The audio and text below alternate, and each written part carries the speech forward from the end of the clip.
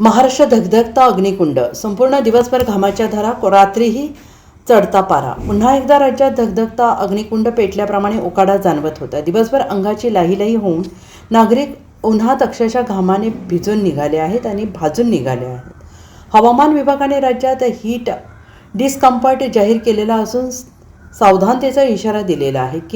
कमाल तापमानात अवघ्या 10 ते 13 अंशाचे अंतर उरल्याने अहोरात्र उकाडा जाणवतो आहे. त्यामुळे पंखे, कूलरही शरीराला गारवा देण्यात कमी पडत आहेत.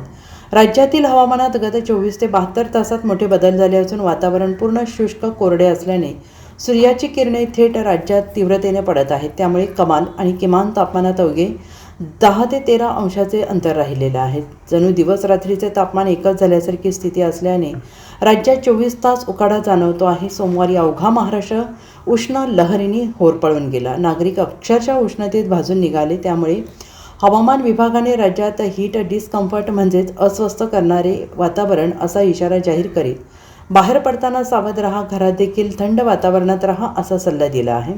सांगली शहर आणि जिल्ह्यात गेल्या काही दिवसांपासून उन्हाचा तडाखा मोठ्या प्रमाणावर वाढलेला असून तापमानाचा पारा 40 अंश सेल्सिअसच्या पुढे गेल्याने जनजीवन विस्कळीत झाले आहे.